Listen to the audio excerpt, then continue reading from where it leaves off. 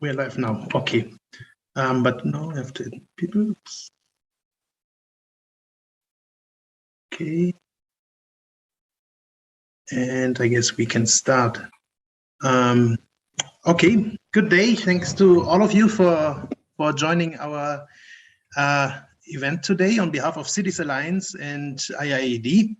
My name is Arne Janssen. I'm leading here at Cities Alliance a global program on climate change, resilience, and informality, and co-organize with IIED this event on data for urban resilience, the potential of inclusive, innovative, and impactful approaches. And a special thanks also to UN Habitat and the Global Covenant of Mayors for organizing the Innovate for Cities. We invited you, and we'll use the opportunity of the Innovate for Cities conference to exchange views and experience on a very important topic when it comes to resilience, which is data. So, I mean, we all know from our practice that data can take many forms, but in the end, it's information. And information, for me, is the basis of any rational decision-making process. When it comes to resilience and climate change, information matters. So on one hand, there's more data than ever before. And that might be also the key to improve the resilience and tackle climate change by making the right and timely decisions. But on the other hand, as urban space and city level is concerned, we are all aware of certain capacity constraints, especially on the local level. Data is often complex to process. How can local decision makers and local communities, as well as scientists and practitioners, access and better process data to find solutions on the ground? So in the following 90 minutes, we want to discuss about this, and I'm really happy to have a nice panel with speakers from actually all constituencies, like the science, civil society, local government, and the private sector. So I will explain a bit more how we want to structure the event at a later stage, because we want to be a bit more flexible in terms of to see how we can best fit with the audience. So I would want to start actually to ask my colleague, Dr. Aditya Bahadur from IIED, to give us an introduction to the topic and frame this topic a bit more for us, so we can enter into a better informed discussion with our speakers afterwards. Aditya. Thank you very much, Arne. My name is Aditya, and I work at the International Institute for Environmental Development. I'm really delighted to be here with all of you today. I see we're a nice small gathering, so hopefully we'll have a rich conversation. Arne, I never have the audacity to comprehensively frame such a vast and difficult topic such as data for enhancing resilience.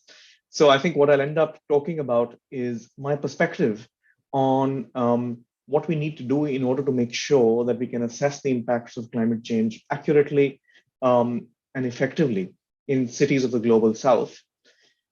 I'm going to share my screen, and I'd be grateful if, Anna, you could tell me if it's appearing.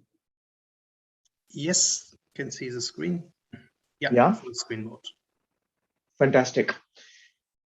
So I'm going to try and keep my remarks short because we want to hear from our panelists. But I want to begin by talking about how over the last few years, it's become clear to me that the time for business as usual when it comes to collecting, analyzing, and using data has passed. And this is primarily because of two things. One is there's a rapid expansion of urbanization. The most used statistic for urban researchers is that for the first time in the history of the world, most of the world now lives in towns and cities, not in rural areas. And this will continue to increase over the next few decades. And urbanization is particularly rapid in some of the world's poorer regions, such as Sub-Saharan Africa or South Asia. At the same time, the second important shift is that climate risk is intensifying. Hazards are increasing across the world. There are increasing temperatures, rainfall intensity, and water scarcity, as just a few examples. Exposure, which is a second important element of risk, is also quite intense. Three-fourths of all urban residents in the world live along the coasts, which means they're exposed to a whole range of hazards such as sea level rise, cyclones, hurricanes, etc., etc. And 66% of all large cities are low-lying, which again makes them quite prone to different kinds of hazards. Now, apart from hazards and exposure, cities also concentrate a large amount of vulnerability. Almost a billion residents across the world cities live in informal settlements, which means they do not have the right assets, social safety nets, access to health, education that they need in order to be able to withstand the impacts of a changing climate. 75% of these earn less than $1 a day, which means that their situation is quite precarious and they're unable to bounce back effectively from shocks and stresses should they strike. So in keeping in mind these two big changes, rapid expansion of urbanization and intensifying climate risk, I argue that the time is now ripe for us to pivot from traditional to more innovative data approaches. I'll begin with, let's just understand what the current state of play is. Let's ask ourselves how is risk currently assessed in cities? When it comes to hazards, the first component of risk, there are a whole range of methods. There are GCMs, RCMs, satellite remote sensing, global circulation models, regional circulation models, satellite remote sensing, weather forecasts, perception surveys that are used to understand the different shocks and stresses that might hit a particular area. Global circulation models rely on estimates of greenhouse gas emissions, which are derived from forecasts of economic growth, and they predict the impact of greenhouse gases on different climate variables such as temperatures, operate in grids of 200 to 300 square kilometers. Regional climate models do the same thing and operate in smaller grids at about 50 square kilometers and are perhaps slightly better suited for use in urban areas, but there's still some challenges that we'll talk about in a minute. Satellite remote sensing is used widely to understand various kinds of hazards, from cyclones hitting coastlines to understanding which areas might be impacted by floods. Weather forecasting continues to be used very widely across the world, be it through instruments mounted on balloons or on the ground. And in some exceptional circumstances, organizations and governments undertake perception-based surveys at the household level to understand the hazards that vulnerable communities are facing. Nader and I were part of a program actually, which helped undertake Nepal's largest ever household level hazards assessment that relied on people's perception, that looked at a nationally representative sample of 5,000 households, and it delivered some really counterintuitive, interesting findings. For instance, it found that windstorms was the climate impact that people were most affected by. And windstorms don't really figure in any of the key policies to help communities deal with climate change in the country. So perception-based surveys can help deliver some interesting insights. Again, there are some challenges with that as well that we'll talk about in a minute.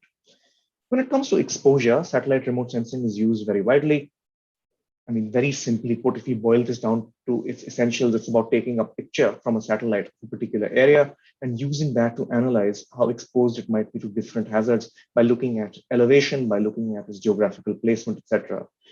For instance, this is a map of New Jersey and Manhattan that is developed after taking a satellite picture of it. And by understanding how elevated certain parts of the city are, you can overlay that with sea level rise information to develop an understanding of which are the areas that would be exposed to sea level rise. Census information is used very widely to understand exposure. Again, boil it down to its essentials. If a cyclone is about to hit the coast of Odisha, which is the province in eastern India that is battered by cyclones, you crack open the census, find out how many people are living in the path of the hurricane to then determine an understanding of who all might be exposed to hurricane risk. And then there are bottom-up methods where you can do participatory approaches with communities for example, participatory mapping, to understand their level of exposure to different hazards. Currently, vulnerability, which is the third component of climate risk, is again measured through a few different ways. You can measure vulnerability through satellite remote sensing, where, for instance, through satellite pictures, you can try and figure out how rich or poor people living in a particular area are, which then portends their level of vulnerability, because you can understand if they're rich, then they'll be able to bounce back from different kinds of shocks and stresses. So it can deliver some sort of crude understandings of vulnerability. Arne, will you let the two people in the waiting room in, please? Sorry, thank you. And also in certain countries, census data carries rich information that can then be used to synthesize a vulnerability index. For instance, the census of India has quite a lot of rich information on household assets, income, the caste profile of the household, which then allows you to develop some kind of an understanding of how vulnerable they are. If they're from a backward caste, they don't have a television or a four-wheel drive vehicle, their house is not made of cement and bricks, one can impute that they'll have a higher degree of vulnerability than a house that is, has a car and a TV and is an upper caste, belongs to an upper caste and has bricks and cement. Then, almost in every context, there are some surveys that can be useful for understanding vulnerability, which sometimes health surveys are most useful for that. And then a whole range of participatory approaches are used by projects funded through overseas development assistance to understand vulnerability to climate change and disasters. Here you sit with communities, have focus group discussions, or other approaches that are part of the broader bouquet of approaches that encompass participatory rural appraisals. And these are used quite a lot by urban resilience people to try and determine how vulnerable a particular community in a city might be. So this is the current state of play. Unfortunately, there are some major challenges with this current state of play. And I looked at all the challenges that currently exist, and they basically fall into three buckets. And I'd be very keen to see if I'm missing something here. First, there are challenges of certainty. Projections from climate models are delivered in fairly wide ranges. You'll never know. A climate model will never be able to tell you that in one particular neighborhood what the temperature will be in 2055. It'll give you a fairly broad idea that in a particular region the temperature might increase between 1 degree and 3 degrees in a space of a couple of decades. Yes, I'm caricaturing it a little bit, but this is generally the nature of projections that come from models. And then climate models also sometimes don't really have a good understanding of how extreme events appear. So they're not very useful for understanding extreme events. Overall, yes, there is an understanding that climate change is influencing and making certain climate hazards more intense. But really how this is happening, when these extreme events may strike, is still an inexact science. So there are problems of certainty. Then there are problems of granularity. Some of these methods don't deliver a picture of climate risk at fine spatial scales, right? With satellite pictures, there could be trade-offs between looking at a very small area for a long period, or for a short period of time, or a large area for a long period of time. So there are those issues. Also, in some countries like the DRC, census data is not very granular. They operate, the lowest unit of the census is an area of 10,000 square kilometers, which isn't very useful for decision making. The third problem with these existing approaches is veracity. Satellite data can deliver insights that are plagued by classification and calibration errors. You need a high degree of technical ability to really impute exposure or vulnerability from a satellite image. Participatory approaches are prone to pollution unless, again, those people who are running participatory approaches are trained effectively.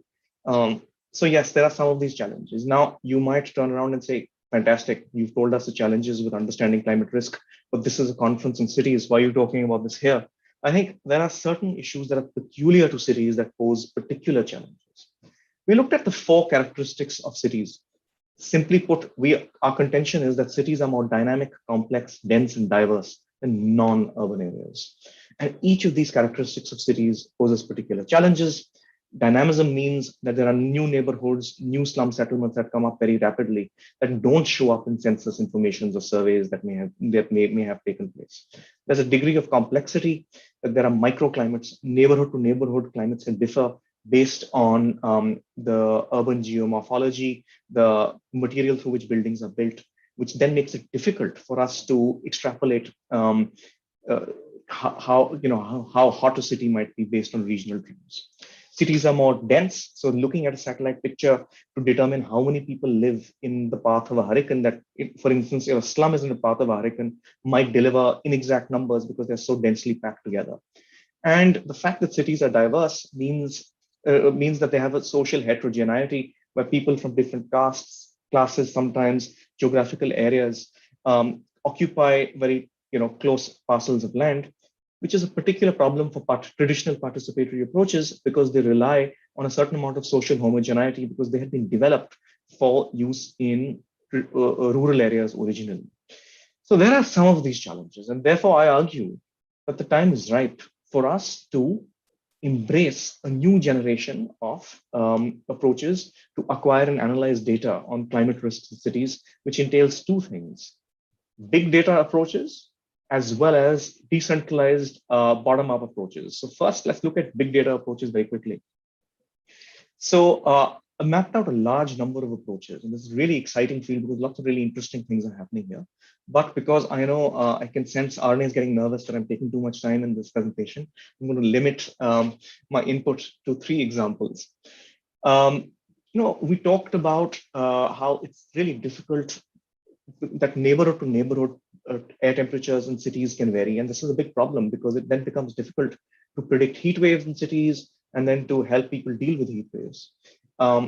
And therefore, to overcome this problem, one really innovative initiative in the US has come up with a really ingenious solution. They figured out that every Android phone in the world is constantly monitoring its battery temperature, because Android phones have a tendency to explode if the battery is charged over a certain temperature. So this monitoring happens to cut off charging if the battery becomes too warm. They've developed an app that allows them to crowdsource battery temperature data from 500,000 mobile phones across American cities. And then through real world calibration, they figured out that they've developed an algorithm where if the battery temperature is at a particular temperature, air temperature is at another temperature. So in this simple, a graph such as this, which you can see on my screen, and which then has quite transformational impacts for how you understand heat in cities, right? You have real-time data, and secondly, over time, you can use this data to start modeling heat waves. And crucially, no longer will a city need to prepare for a heat wave for the entire city. If there's a warning of temperature extremes, you can actually target particular parts of the city that might be warmer than other parts of the city. So you can actually program your resources much more efficiently.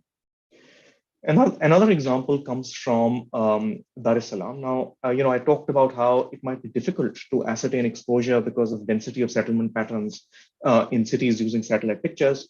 Now, there's another initiative that has found a really interesting solution to this problem.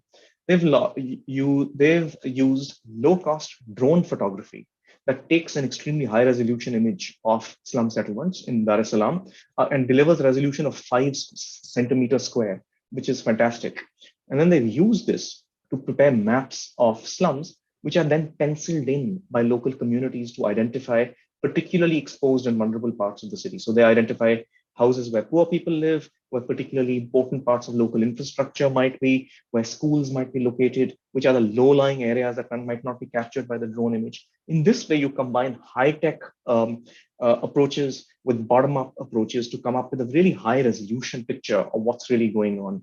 And in the context of Dar es Salaam, this data has allowed the city government to actually apply for funding for flood protective infrastructure because they were actually able to demonstrate cost-benefit analysis based on the data that they acquired here. The final example comes from East Africa and pertains to vulnerability.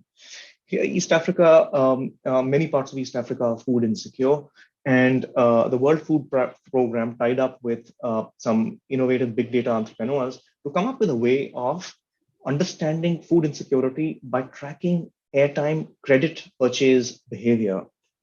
Simply put, they figured out that when a household is topping up their mobile phone for below a particular threshold amount a month, say $5, at that point, they're not eating enough calories. Now, again, they've come up with this algorithm based on real world calibration But just imagine now they are able to, instead of doing expensive and time-consuming surveys, they're able to crowdsource information from mobile phone providers and then parachute in food aid when they need to. It's just one example of how vulnerability is being starting to be tackled through big data approaches. Now, the last thing I want all of you to feel is that I'm a big data evangelist. I don't think this is a silver bullet. I'm entirely mindful of the immense amount of challenges around privacy, around low access to bandwidth, especially in least developed countries. But I feel that this is an approach to acquiring and analyzing data that needs to be taken much more seriously than it currently is by people trying to enhance urban resilience. And especially when combined with certain traditional approaches, it can deliver really interesting and unique insights that are cost effective and useful. Now, my final slide.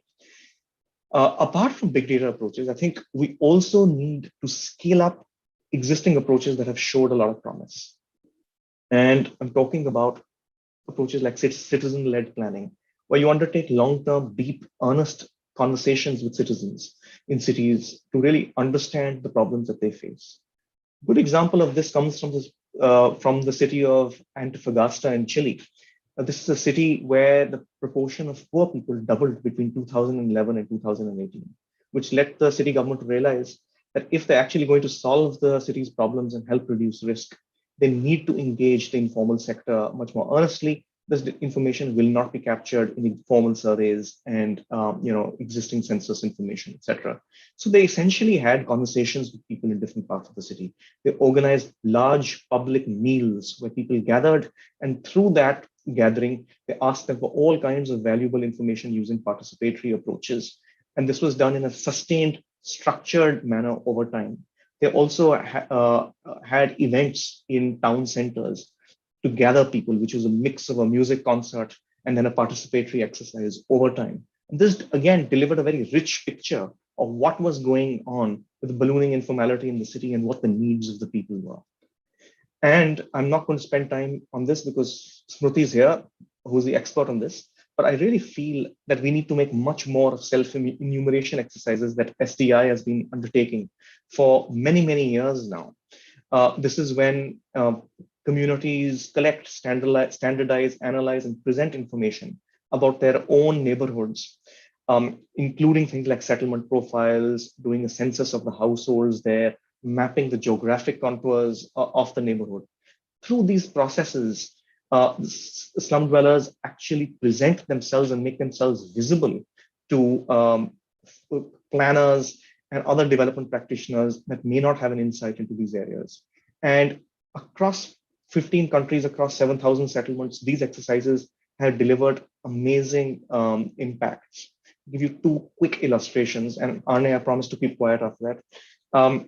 In Accra, Ghana, a self-enumeration exercise revealed that a slum that was slated for demolition and displacement, there were far too many people living there, which the government wasn't prepared for. Their own censuses revealed that they thought there were far fewer people living there. As a result of which, they decided not to demolish the slum, in fact, provide civic services there. So it helped prevent the displacement of slum dwellers through these this self-enumeration exercise. And in Mumbai, I would contend, we saw flashes of this during COVID-19, where the municipal corporation partnered in a piecemeal way with local civil society organizations and NGOs to help survey the COVID situation there, to understand what was really going on, and then help network local medical practitioners and provided them some services to help service this area appropriately. And of course, if you have any questions about this, you can ask Smriti, because I'm sure she knows much more about this than I do. So yes, the message from me, Arne, is that we need to pivot from just sticking to the safe existing approaches to acquiring and analyzing data to really being sensitive to these new and dynamic approaches that might be happening when it comes to big data, and also really scaling up these not new, existing approaches that have demonstrated impact time and time again, but are still not in the mainstream of urban data collection analysis when it comes to resilience. Back to you. Thank you. Thank you so much, Adita. And I don't want to keep you silent. I hope you enter into our discussion later on as well. And thank you for really setting the scene, introducing the urban dimension, and also new generations of how to acquire data.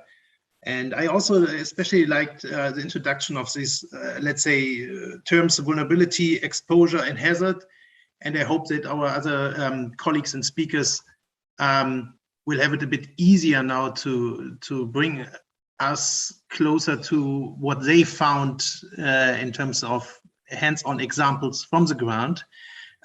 So against what we actually planned with breakout groups, we decided to have a common discussion here. So I would invite all speakers to present up to 10 minutes deep dive into their projects and invite us to think about solutions that worked on the ground or what didn't work on the ground. So this would be hopefully help us to enter into a discussion afterwards on takeaways we can then also bring back to the organizers of the conference. So I would ask Dr. Nadia. Arne, sorry, Yep. Quick question. Should we stop for a few minutes after each presentation in case people have some burning questions? Yeah, or I mean, yeah, we could do this. As well. Yeah, okay, we could do this. Okay, yeah. If there are any questions now for Adita.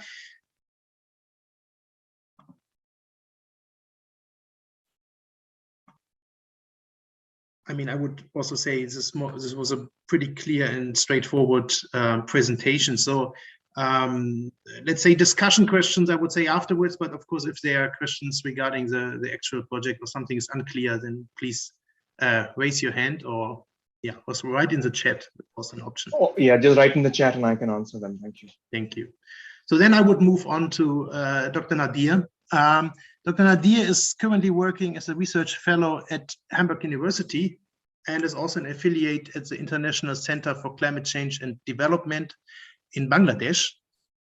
And Dr. Nadia will exactly provide this deep dive by presenting us his story on unveiling hidden migration and mobility patterns through cell phone data. Dr. Nadia, you have the floor. Hi, everyone. Thanks very much for inviting me to this talk. Let me share the screen first before I go into the main discussion.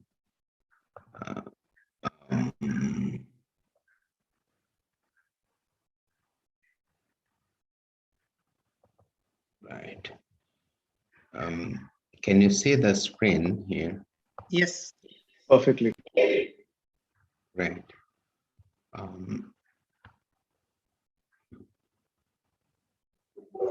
Right, here it is.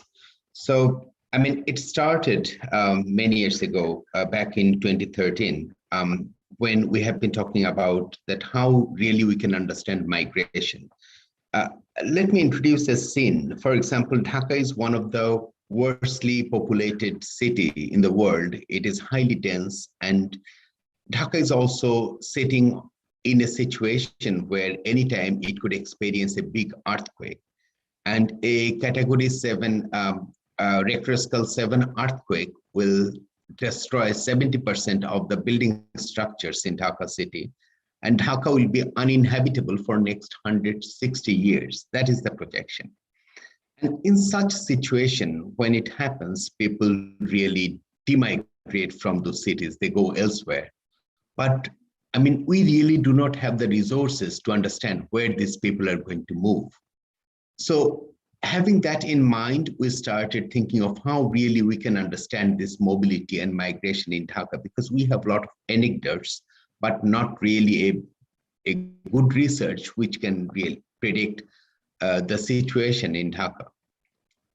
And at the bottom of the slide, you can see the map of Port-au-Prince. So we started this research back in 2010, when there was a big earthquake hit in Port-au-Prince in Haiti.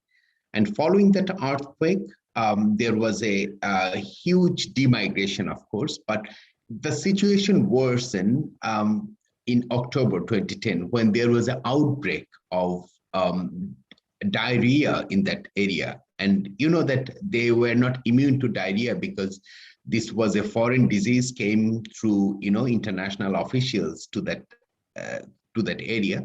And people started sort of migrating from location to location. So the UN OCHA, they were really worried that how really we can understand that where the next outbreak is going to be, because people are moving, they are spreading the disease.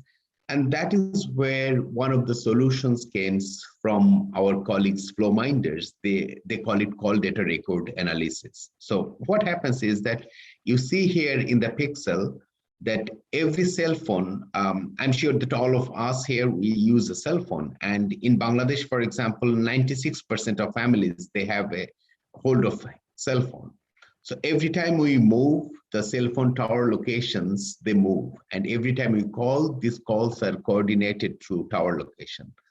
The cell phone operators, they record all this data for billing purposes. And there are 7 data set in a record. For example, time of call, duration of call, mode of call, 2 tower locations, and 2 cell phone numbers. So if we use those cell phone numbers, we really do not need the particular cell phone number. We can have a cracked ID against a cell phone number. And then we can really understand the mobility pattern of an individual. If we do it on a longitudinal basis, we can understand this one collectively. And that is how in 2010, we used the Digicels, one of the largest operators in Haiti, their data, and we were being able to tell UN OCHA where the next outbreaks is going to be. And it was really a very good response. And following that, we brought that idea into Bangladesh, because Bangladesh migration is a big case in Bangladesh. And we really, as I was situating the case of Dhaka city earthquake and demigration, we were really struggling, and still we really do not have very precise understanding of this thing.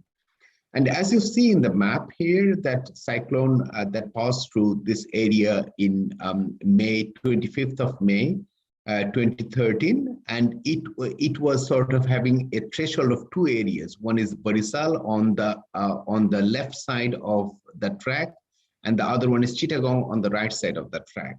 And you can also see in the maps that Barisal and Chittagong, they are located here. Located here, and these are the blue dots. They are the tower locations in these 2 districts.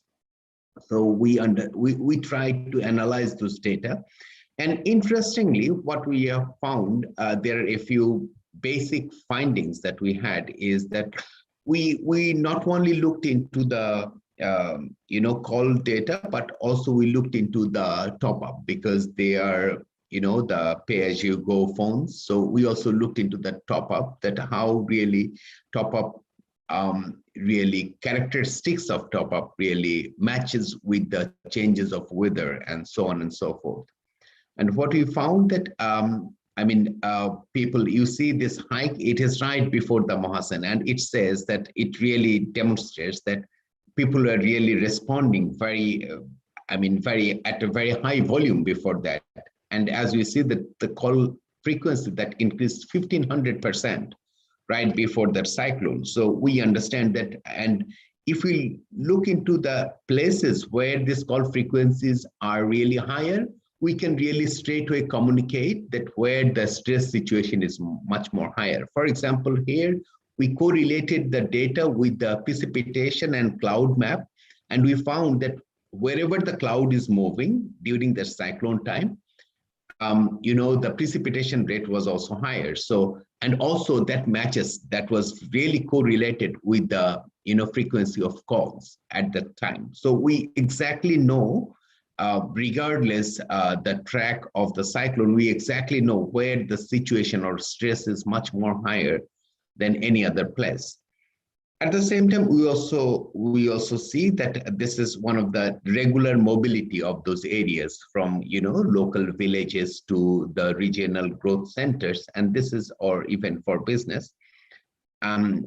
We see that both in Barisal and Chittagong.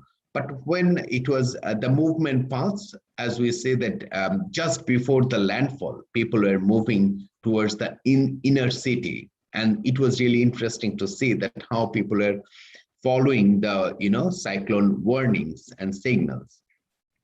And during the storm, we also see that similar pattern of this movement. When we verified this data, visiting those places, we found that many people, they really do not move away from their house until they see the water is coming, because they need to protect their houses. Maybe for some of them, that is the last resource they have. So that was really a very interesting thing to find out, and on a reality check on ground. And the other thing that we see, this is completely before Cyclone Mohasen in Barisal city and Chittagong city, in both the places. This is the mobility before the cyclone, moving towards the city before, and this is right after the cyclone. And we understand that a cyclone really distresses people in many very different ways that challenge their lives and livelihoods, and many people, they move to the city during that time. And we really not only try to understand that pattern only within those regions, then we took the data from Grameenphone for 2012 and 2013. And this is the mobility pattern that we get from the city, because we have been thinking of that, as we know that many of the areas in Bangladesh, they will be uninhabitable because of climate change onsets slowly. So we try to understand that where these people are going to move, because we understand that people move through their networks. And this would be really interesting because if we can understand where these people are going to move, then we'll be able to plan our cities accordingly, so that we can accommodate those people. We see some very interesting patterns here from Barisal to Chittagong. We can see some very interesting pattern from this island to Sylhet. So as we see that, we cross-marked some of the areas which are really interesting, and we cross-checked all those data on ground.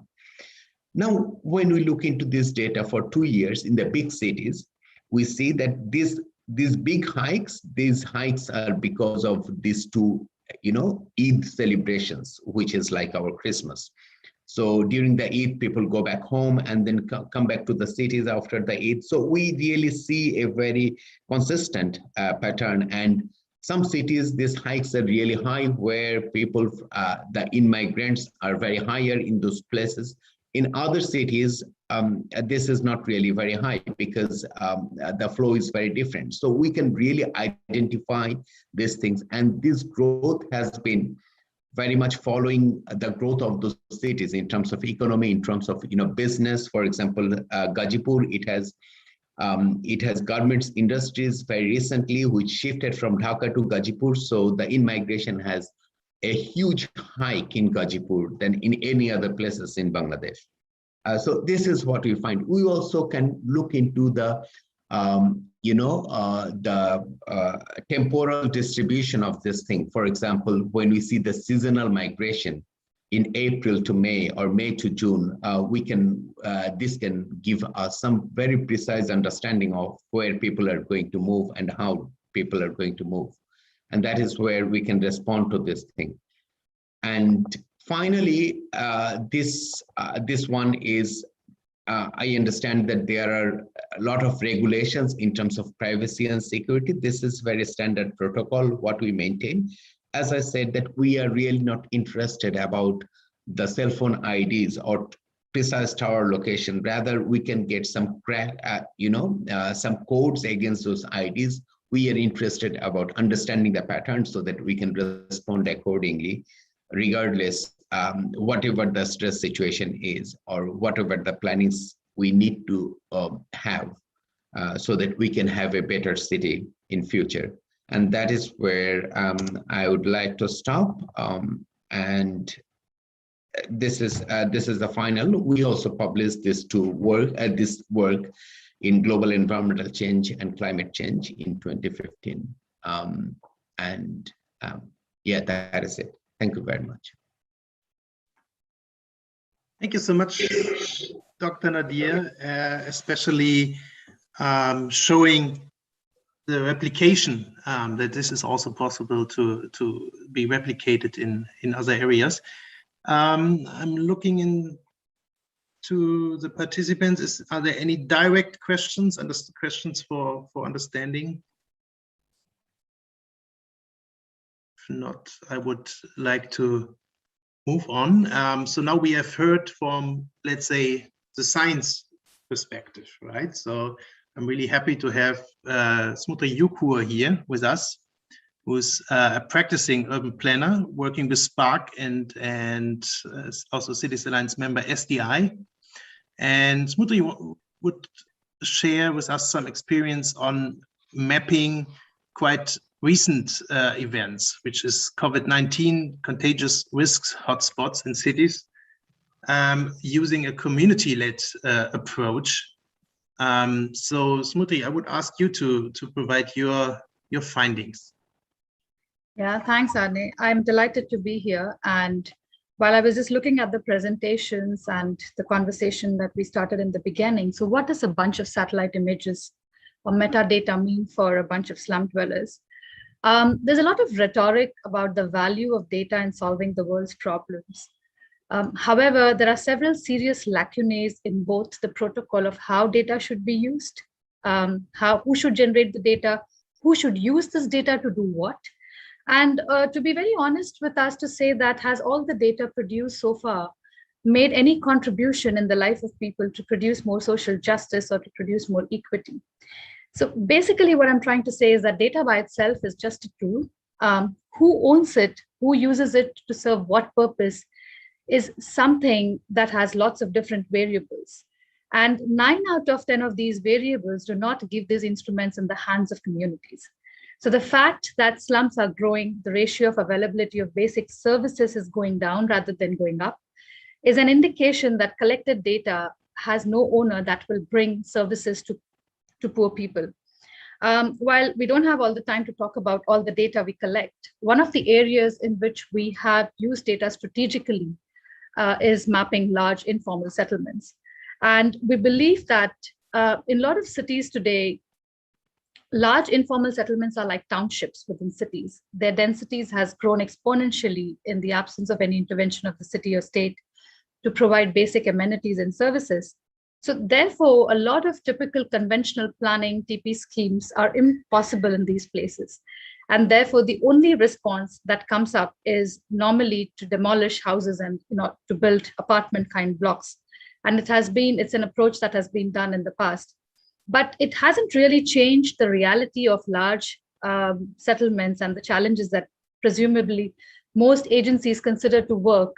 It's kind of just the tip of the iceberg. So truly citizen-led data collection and using this data to produce transformation that is useful to people is often absent. And in this context, I would just like to talk about 2 stories.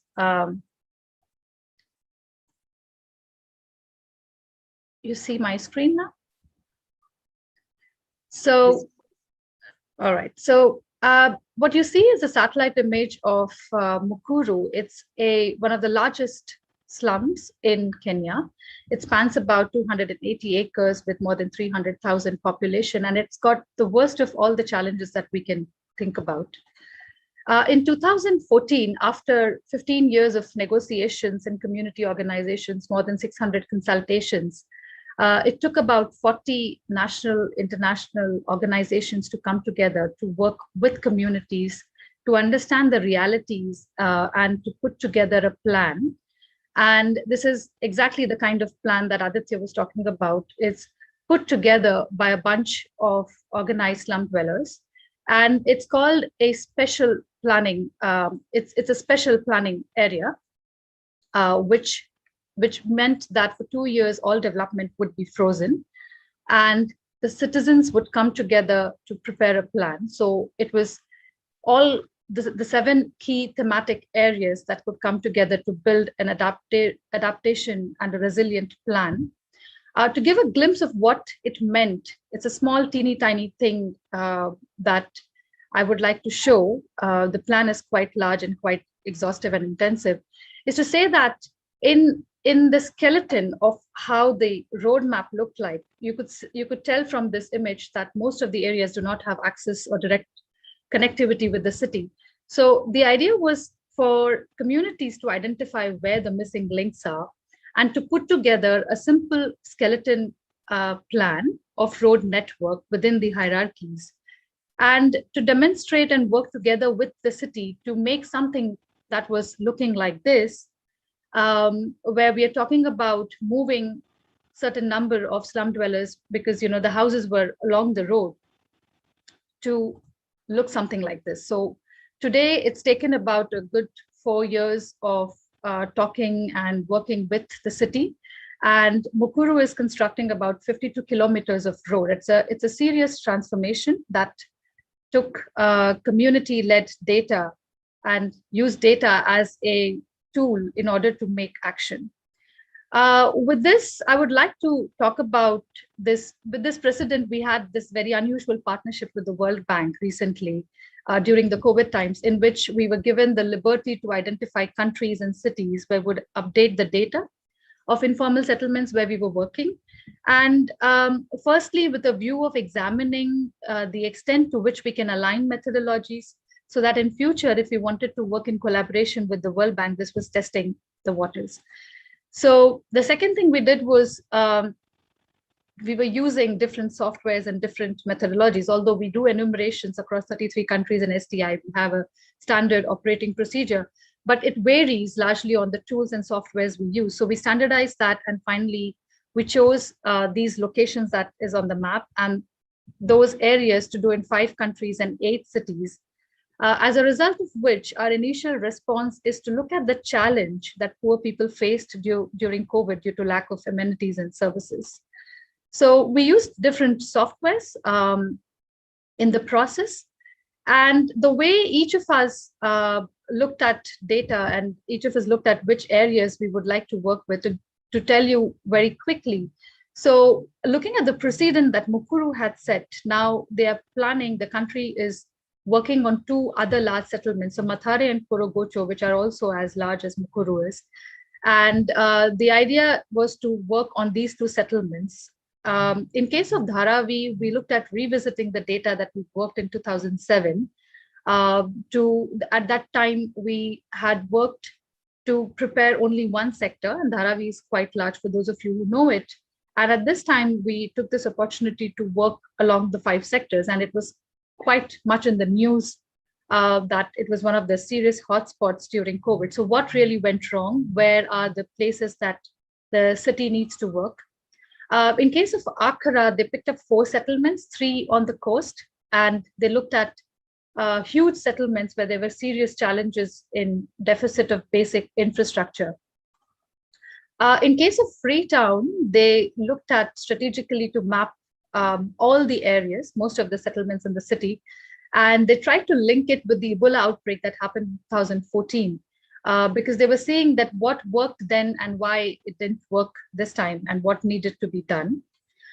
In Kampala, they looked at remapping and strategically did it during the election time to call out to the city to say it's important to map informal settlements, because as most of us may not know, that not all countries have census which looks at informal settlements separately.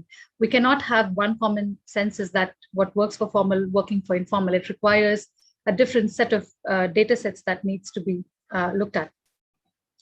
So basically what came out from this 3 months of rigorous work that was in the peak of COVID is that, which most of us know, that urban informal settlements are characterized by the serious challenges of infrastructure, poor infrastructure, overcrowding, insufficient access to water and sanitation facilities.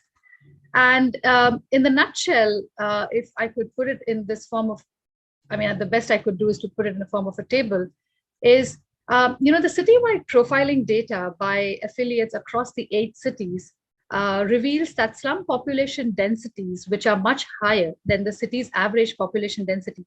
So for instance, in Mumbai, the average city population density stands to 28 persons per acre, compared to slums' average density of 970 persons per acre.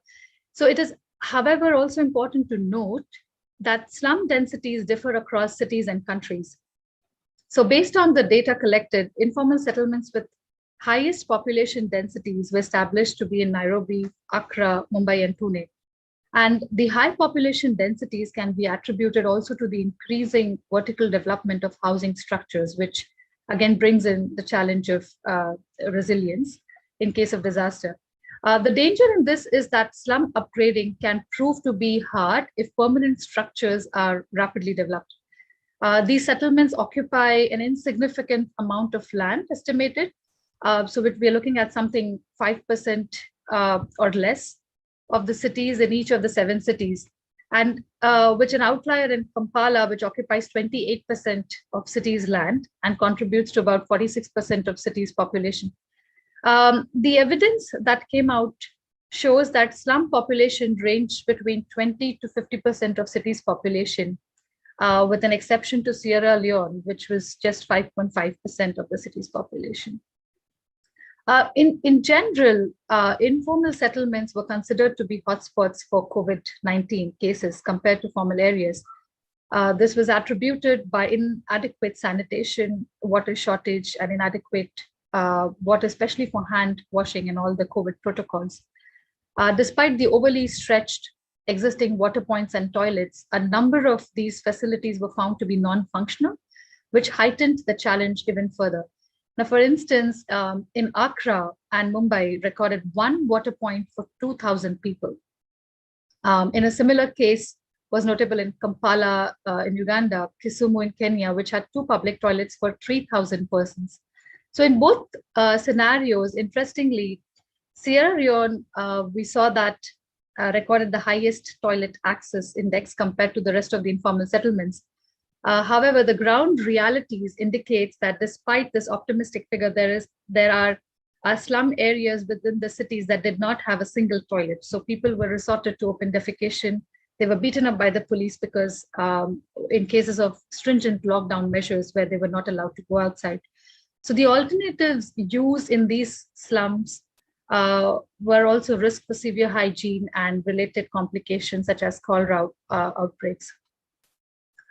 In some cities, the effect of COVID-19 was not felt in isolation. So in Kenya, Uganda, and by extension, the East African region were largely affected by flooding, resulting in displacements, loss of property and lives.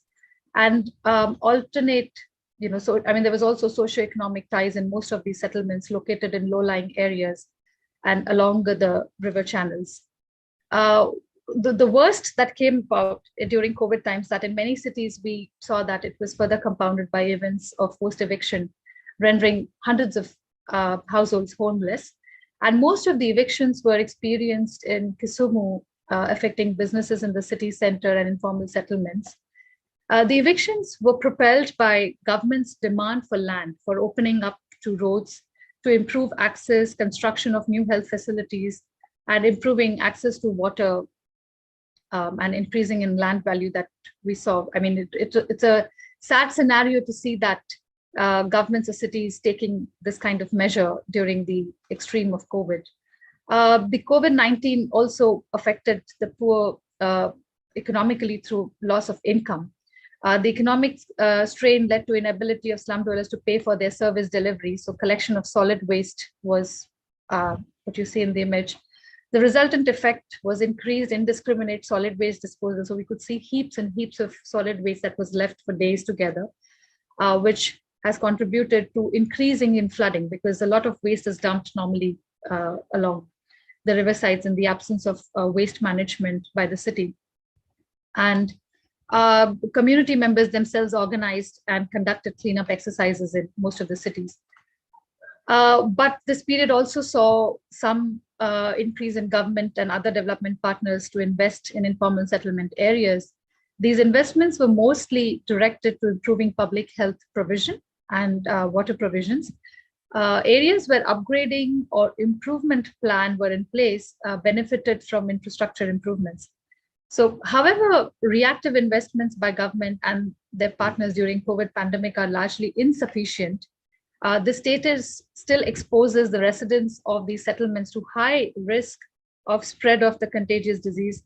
And most facilities such as, basic facilities like water points, public toilets are still shared by many, many people. So a lot of protocols of social distancing and having one toilet per person doesn't apply in a lot of these places. So there is a need for active partnership between civil societies, governments, and communities to improve the informal settlement areas, shield the urban poor from future vulnerabilities, and ultimately foster quality of life of the urban poor.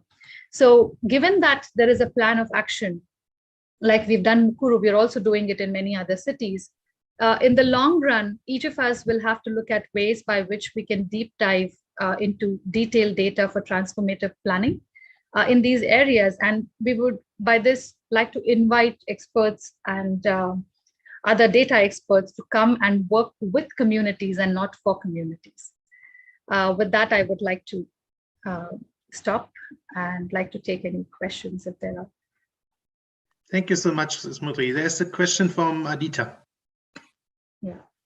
No, Arne, that was just a clap. Oh, a clap. Oh, yeah. We can all join for. Oh, sorry, it's hard to distinguish the clap from a question. No, but thank you so much, Smriti, for giving these rich examples and this urge also for partnerships. I also liked your input and your question on the data usage and who owns the data, right? I mean, this could really be a question we can also come back after the interventions and discuss to see this.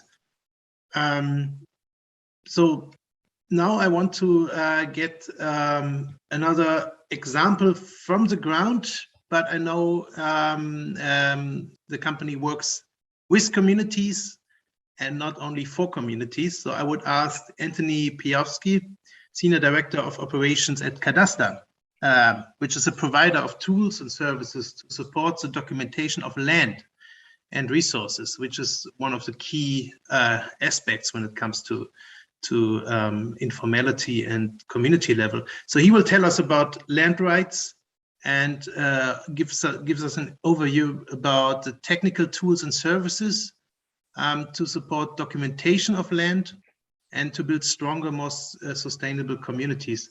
Tony, please. Excellent. Thank you, Arne, and good day to everyone. I'm really excited actually about the presentations that went ahead of me because I think they provide a really great and rich context. And as Arne said, I'm much more of a practitioner, so I'm going to give very practical examples. And I'm specifically going to highlight the ways in which we use technology to support some of these outcomes around community challenges, specifically around land rights, and the ways in which data was used, accessed, managed, and/or analyzed. And so just very quickly, Cadastre is essentially a land rights organization, and we advance land rights for poor and vulnerable communities really through the provision of technologies and services around those technologies. The long-term vision is that we impact 500 million people in the world by 2040. And like I said, the way that we do this is really about bringing together, I think traditional community and international development approaches and practices and marrying those with new and innovative technologies. And I hate to make generalizations, but I do think that the development and sector is a little bit behind other sectors in terms of adopting some of these technologies and putting them in the hands of communities and community partners. And so that's really the role that we fill. And you see, we are bringing together many different technologies by way of the solution that we provide to partners. And essentially, we use the world's best GIS system, which is a proprietary system. It's produced by ESRI or ESRI. The advantage, though, that we feel that brings is that we then have the technology and the best access and approaches and tools to then use and communities can use in partnership with us. And it doesn't require the communities to spend resources developing those tools or for Cadasta to do that either. And so essentially it's a GIS, it's the world's most advanced kind of GIS package system, but that can bring in satellite imagery and drone imagery and can use artificial intelligence and machine learning capabilities. It is compatible with online and offline environments, mobile devices, as well as desktop devices. So that's really where Cadasta sits and the focus of this presentation. And I'm going to highlight two examples, and hopefully you'll see how the technology was applied in those two scenarios. And it was actually great to hear some of the previous presenters talk about eviction, specifically in Nairobi, because one of the examples that I am sharing today is a great example of how we accessed an outside data set in a very short amount of time to make a large impact for communities in Nairobi that were marked for eviction. And so the scenario was, as my previous colleague, or as the previous presentation just mentioned, the government in Nairobi was trying to improve some of the infrastructure around water and sanitation. And in order to do that, they were seeking to carry out evictions. The timeline for that was happening right at the same time as COVID-19 lockdowns were happening. And so the community's perspective was, what can we do? How can we protect ourselves and maintain our homes when we're in this most precarious state? And one of the elements that was unknown and that the community decided to tackle was the issue around knowing how many people resided in a given slum community that was marked for eviction. And so what our partnership with the community organization Pramoja Trust tackled was that we used two data sets from that did not need to be collected. So it was a data set that mainly just said, this is the community boundary for these slum areas, and another data set, and I'll show on the next slide where we got those two data sets from, but it's a data set that was developed by Facebook, not using their user data, but using national census data and global satellite imagery to estimate population densities for every part of the world at, I think, it was some square hectare measurements. But essentially, we overlaid that population density estimate layer in a GIS database with the community boundaries, and very quickly said, okay, these planned evictions in 6 communities mean that more than 70,000 people would be subject to eviction. And just the estimation of that number, which again was done with publicly available data sets, quickly imported into a GIS database system and overlaid. That exercise took less than a couple weeks. And it was the first time that the residents knew how many people were at risk, how many people were in their community, but it was also the first time then that residents were advocating for themselves and sharing with local officials and the local media, I might add, that these evictions were going to affect this number of people and in these locations. And so the second piece really of this technology solution is the ability to do quick analysis like that by importing data sets from other sources, using and leveraging big data, such as at the bottom of the screen I noted, this data set created by Facebook, but then also all of the data exchange, different data sets that exist on the Humanitarian Data Exchange, in addition to the data sets that are native to the Esri environment or the technology solution that we use and that communities that partner with us use. They have access to all of that, and inside this GIS database. And the really interesting feature that kind of takes this one step further are all of the advocacy and communication tools that are native in the GIS platform also. And so this project leveraged what we call story map capability to basically tell the story of the communities at risk of eviction and tell the public, tell government officials, inform one another. This is what we did. This is the methodology that was used. These are the maps and the data sets that have been generated. And in this case, they wanted to make the data public, and I should say not the data, the maps public. And they did so using a feature that was native of the GIS system. So you see a great example of something happening in a very short amount of time that's very timely, using tools that were easy to use, but previously or not widely available to communities in order to rapidly mobilize and ultimately save themselves from risk of eviction.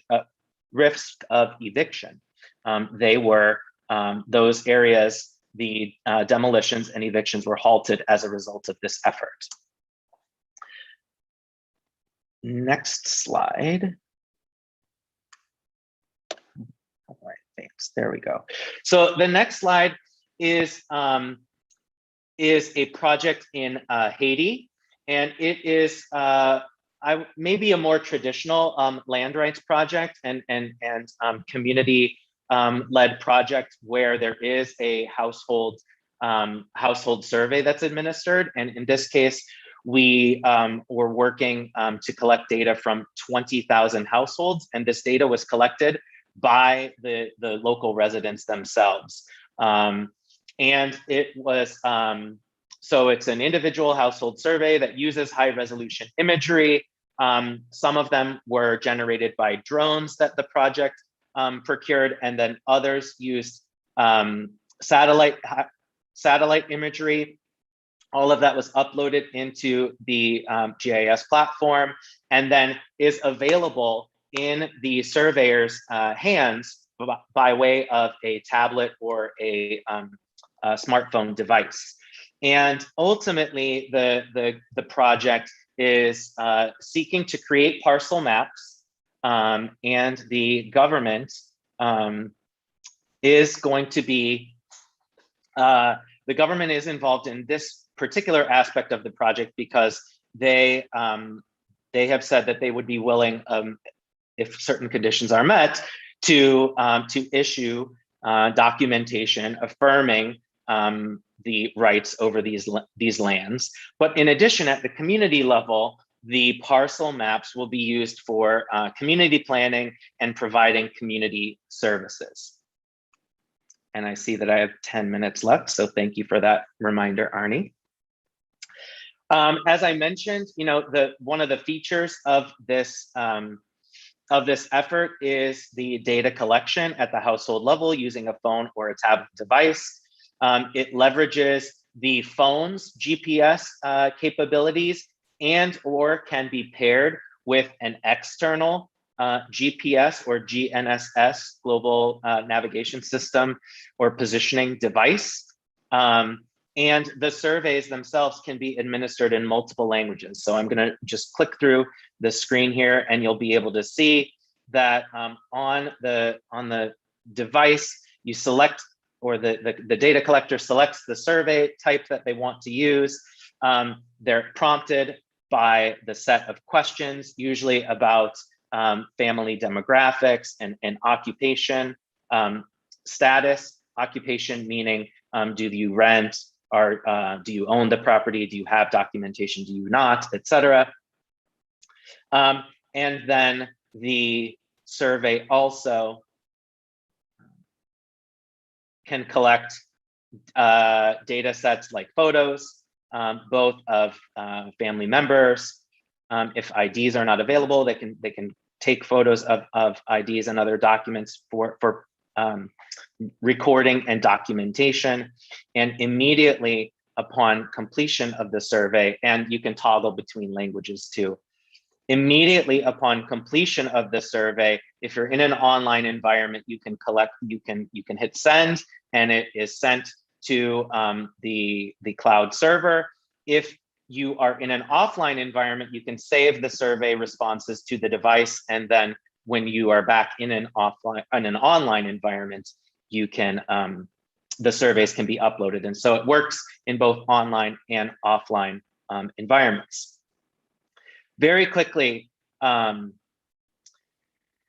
once the survey responses are submitted,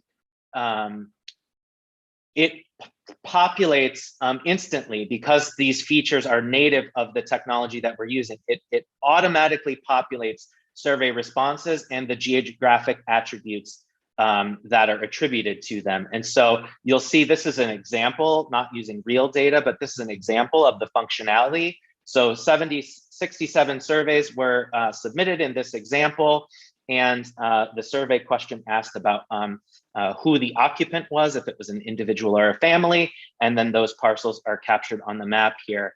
This is an example of a dashboard feature that the technology uses. And when I click on just the individual bar in the bar chart here on the left, the map you see at the right changed, and just the parcels that have an individual occupant appeared. And while in this specific example, the distribution was rather random, in other cases that we've worked with, it's very insightful to see patterns and groupings of occupants or other survey questions in certain geographic areas. So, people maybe feel less secure about losing their land if they are in close proximity to something, or in farther proximity to something. And you can see those relationships play out almost immediately in using these tools. Tony, I guess I will. Tony, just yes. briefly, if you could come to an end, would be sure. Now the last presentation as well. Absolutely. So I will just say I gave two examples. They're different in terms of the contexts and the approaches that were used. The example in Kenya was much more of an informal scenario, but also an informal solution. And the example in Haiti was much more about formalization and about documenting those rights. But the tools that Cadasta has and that communities use with us very much can be at one end, at the other end, and anywhere in between. And with that, I will end the presentation. Thank you. Thank you so much, Tony. And also remembering that we also had some projects together with Cities Alliance. I remember there's large room for replication there. And I also liked your sentence on data to empower people, actually, existing data. So this is something we can definitely learn from. So I would like now ask Marijke van Staden, Director of ICLEI's Bonn Center for Local Climate Action and Reporting.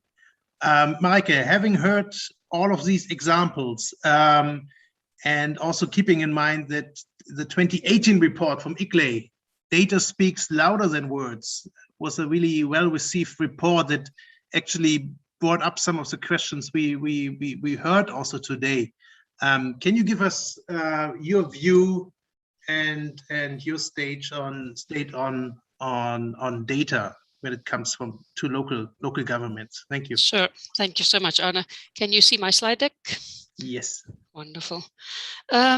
So I want to talk about subnational government climate action reporting, and I think it's a wonderful combination or connection to all the other speakers we've seen. We have worked as ICLEI on collecting data from subnational, so local governments and regional governments for many, many years. And the aspect of urban resilience was actually only quite a recent addition, since we have collaborated to try and harmonize the terminology around it with our different city network partners. And we had a wonderful publication supported by Cities Alliance called Data Speak Louder Than Words, which sort of helped set the scene and also is the reason for me being here today. And I would like to share with you how we see data, and for me also the fact that data is precious, but also only if you can actually use it and apply it, and that it leads to information and knowledge, which could then be helpful for specifically now our local governments in this particular context.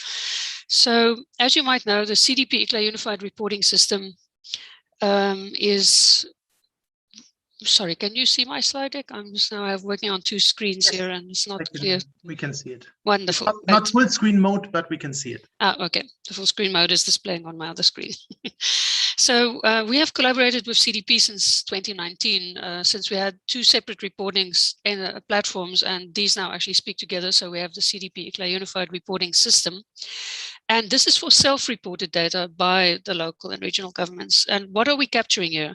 It's basically background information: who's the mayor and the governor, the size of the territory, the main economic sectors, but we're also collecting, of course, any targets and commitments that have been set. These might be then a commitment to enhance urban resilience. It could be sectoral targets, and definitely also greenhouse gas emissions inventory reduction targets. Then if you look at performance, we collect assessments. Now, these are climate risk and vulnerability assessments, as well as greenhouse gas inventories and local renewable energy potential assessments. And those targets and commitments and the assessments actually then could help inform the climate action planning in this particular case.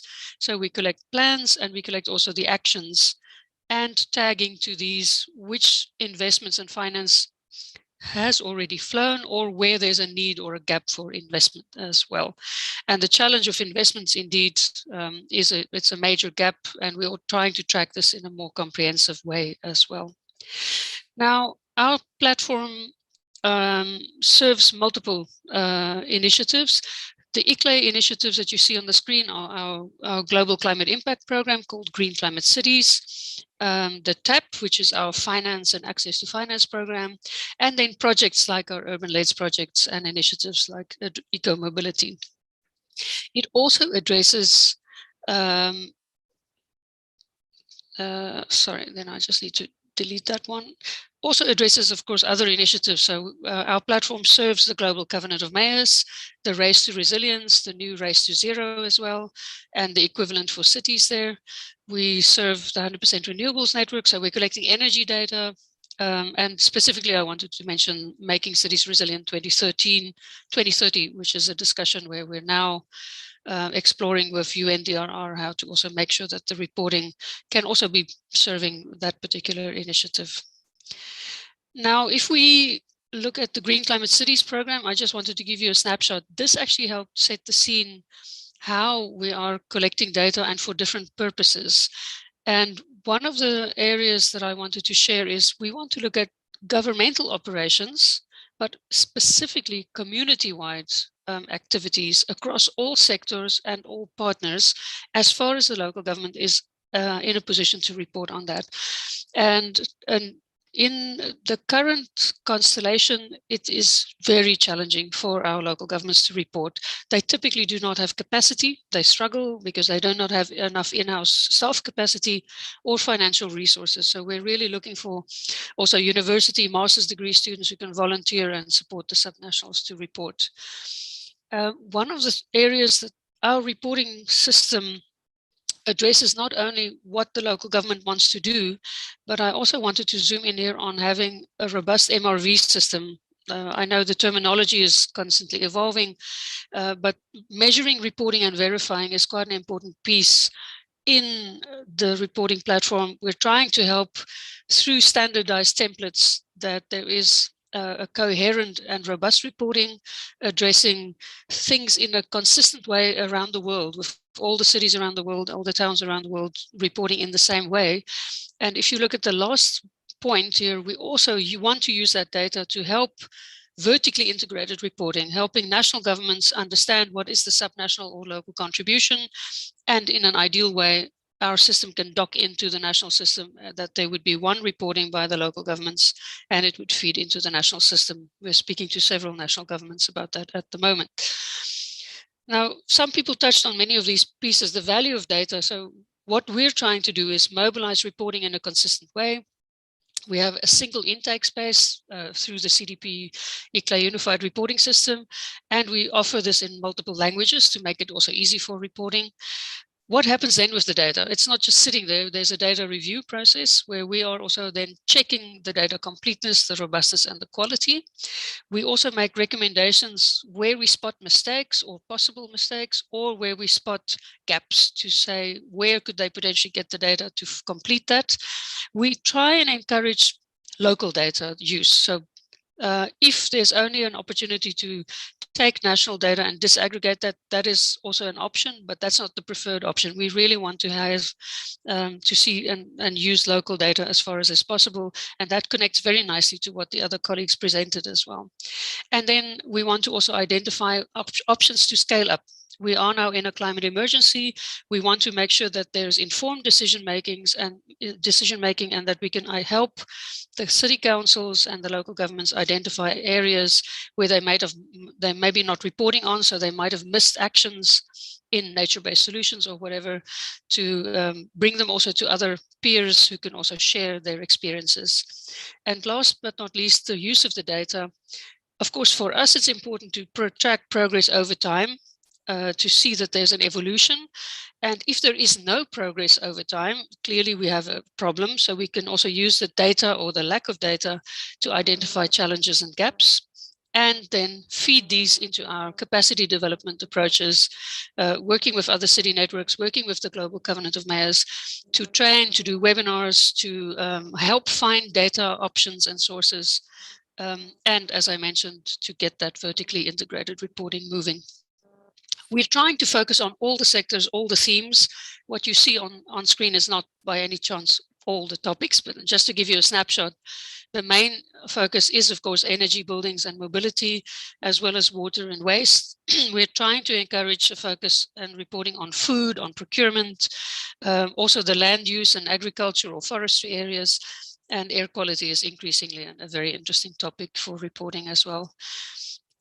And let me hop to the specific messaging we got now. And it was a report just released by CDP and ICLA, is showing the finance impact, but also clearly showing that subnational governments, this would be cities, subnational states, really are reporting that their ability to adapt to climate change is dependent on factors that are outside of their own mandate, so it's affected by different levels of government. That speaks to the need for much more robust multi-level governance approaches, clearer mandates, potentially also clearer finance flowing as well. I think I'll stop there, also to allow us a little bit of conversation, if I may. So let me stop my screen right there. And yep. Thank you very much, back to you, Marika. That was fantastic. Yes, always a bit of pressure on the last speaker. So apologies for that. I'd like to stop there for a second and ask if anyone has a question from any of our speakers. Great.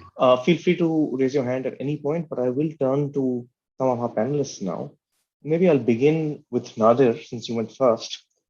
I wanted you to reflect for a minute or two on what you heard from some of the other speakers and ask you, what are the things that you liked? What did you learn? Or if you have any questions or concerns. And then I'm coming to the other panelists next. Thank you, Aditya. Yes, I mean, thanks very much for inviting me to this session. Actually, I really liked it very much. And one of the things which I think that I echo with other two speakers is more about the justice part of it, because even when you talk about the data and generation of data, we really don't know that who that data belongs to and actually how the data can do the justice. So as They were talking about the land rights and land acquisition, all those things. Wherever I work in the particular Bangladeshi setting where we see a extremely authoritarian government, where actually this part of justice is really very much missing, regardless the way we produce the data. So I think that there we could sort of raise our voice. And on top of that, I was also a bit connected with a group called Open Street Mapping. So they were sort of generating the data using the, using the Google Earth map, but they were also attributing those data from the local service, which really can empower the local people. So I would also expect the other two speakers to sort of hear their views on that one. So that, great. Yeah, thank you. Thanks a lot, Nadir. Smriti, I think your presentation was fantastic. Of course, any reflections from you on the other presentations would be good. But I wanted to also ask you, if I'm not mistaken, the World Bank had developed an algorithm, right, to using satellite images to try and identify COVID hotspots. And SDI's initiative was, in a way, a reality check for that quote unquote big data approach. Am I right in that assumption? And if so, can you talk a little bit about how that worked? Yeah. I think we are yet to see what that translated into, because we just finished about a month ago. And I think it more or less, of course, validates, and maybe it also brings out certain other granular information that probably is missed out when we are looking at metadata at the bigger level. I think, we are all working in different segments from granularity to metadata. And I like what Maraik spoke about, the acknowledgement that there is undercapacities of local municipalities to work at that level. And that in so many cities across SDI where we've worked, we've seen that there's always this challenge of unavailability of disaggregated data. And how are cities supposed to work without disaggregated data? Because for local action, you need data at that granular level. I mean, although data has its elasticity to be used as metadata when we aggregate it, but action cannot happen at the aggregation. And it really needs to happen at that level. And I really, that's where we are moving forward, even beyond what we did with the World Bank, is that there was a reason why each of these cities chose certain settlements, because we knew that they had vulnerabilities. And not that these vulnerabilities were not there before. I mean, it just appeared during COVID. They were always there. But COVID is an opportunity to say that, are we waiting for another pandemic to hit before we start working on these cities? So it's interesting to see what each of you are doing. And it would be great to see where we could collaborate to see what transformations we could bring together. And we are really looking forward to work in partnership with local municipalities and councillors, because nothing happens without political will. Most of you would agree. And we are really seeing now how to use this data that's collected by citizens to go forward with working with councillors and municipalities to bring transformation. Thanks, Smriti. That's fantastic. I'll turn to Tony now. I think it was fantastic to hear your presentation, because I think it was linked so closely to some of the ideas that I was trying to explore. I wanted to ask you if you felt that my argument about combining existing and new approaches like the type like you proposed is a realistic one. And of course, if you have any reflections on any of the other things that you heard today. Great question, and thank you. I think it's not possible on a wide scale yet. I mean, I think it happens in pockets and where there's opportunities. And I think when you have actors and circumstances that come together, that those things can be transformative, and then it can happen. I don't think they happen on the scale maybe that's necessary. But I think it can happen in pockets. And I think, one thing that I'm somewhat familiar with, but I was reminded of in Nadir's comments about, or presentation about using cell phone data. There's a group here in the United States called New America Foundation, And they are looking at or trying to understand how cell phone data can be used to help individuals or communities secure rights over their land. And can that be a form of documentation of occupancy in lieu of a document or any other kind of formally issued item that might be used in a situation where hurricane disaster assistance is dependent on proving some kind of residency or occupancy. And so I was reminded of the work that group, New America, is doing, but also kind of thinking in my head, okay, what is the data set for that? And is that publicly available? Most likely not. How do we bridge the gap between making that more available to communities and individuals in ways that is either don't currently exist or that we don't know about? Right. Tony, thank you so much. That's really interesting to hear. And I'm sure you and Nader will have lots to talk about offline. Marike, over to you for any reflections, questions. I think I would love to see all the data sets we're working on speaking to each other. How do we get to that point? I think we need a mega data project and a good donor who actually understands the value of data to also empower. For us, empowering the local governments by helping them understand all the bits and pieces that they should be bringing together is absolutely critical.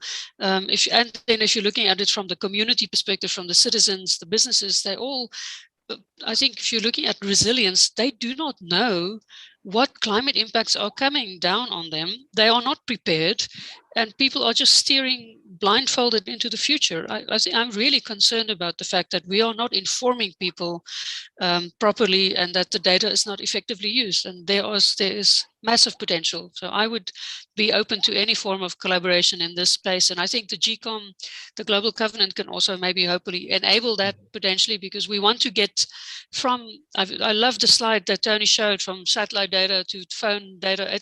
All of that needs to come together somewhere. How do we get there? Thank you very much, Marike. I think the really great comments at the end. I think with that, we're absolutely out of time, and I'm being pinged by the organizers. So I would just like to thank all the presenters on behalf of Cities Alliance and IIED for joining this panel, and to our audience. I think it was a really fantastic session. Huge thank you to all of you. Thank you. Thank you. Keep well. Yeah. Thanks. Great here.